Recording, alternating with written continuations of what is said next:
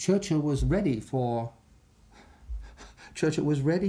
the scene that took place, and he had been preparing and stepped into that glaring spotlight and behaved himself as nobody else could have.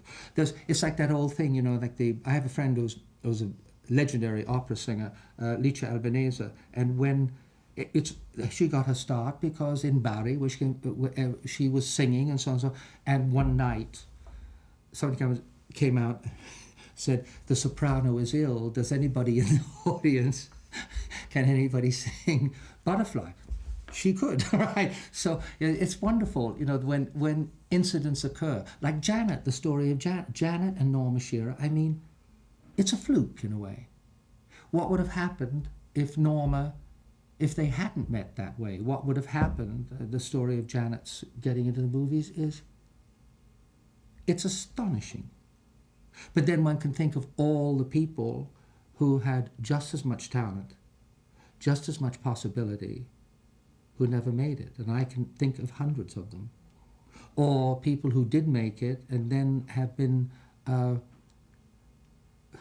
termed a redundancy. I love that term. Yes, you're redundant. And so suddenly they should be working and they're not working because they have been delivered into pasture somewhere and nobody has any memory or care, and they are remarkably talented. Do you think that it's a correct thing to say that a number of women who did make it, who are, whatever that means, made it because they very shrewdly developed alliances with certain powerful men? And by that I'm thinking of somebody like Martha Hyer and Hal Wallace, for instance. Do you think that maybe what did Martha would make? you say like half of the women that became movie stars No, basically came? Jennifer Jones and No, and I wouldn't say that at all. So they didn't need like a Thalberg.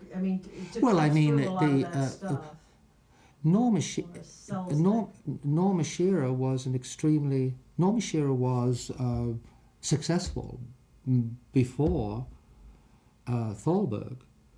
She was with the Metro Company, as John Gilbert was when it was absorbed by Lowe's. Now, whether she would have gone to these heights, who knows? But she defied the law of gravity. She was terribly short, bandy-legged, had a huge head, and eye problem, and if you watch all of those movies and watch how she really knows every single thing, how to stand, how to turn, how to move, everything, it's a great fabrication. And she's a total original. See, each one of these people were total. There were 17 or 18 carbon copies somewhere, but the original was the original. There was nobody like Norma Shearer. There was nobody like, for better or worse, Joan Crawford, who kept reinventing herself.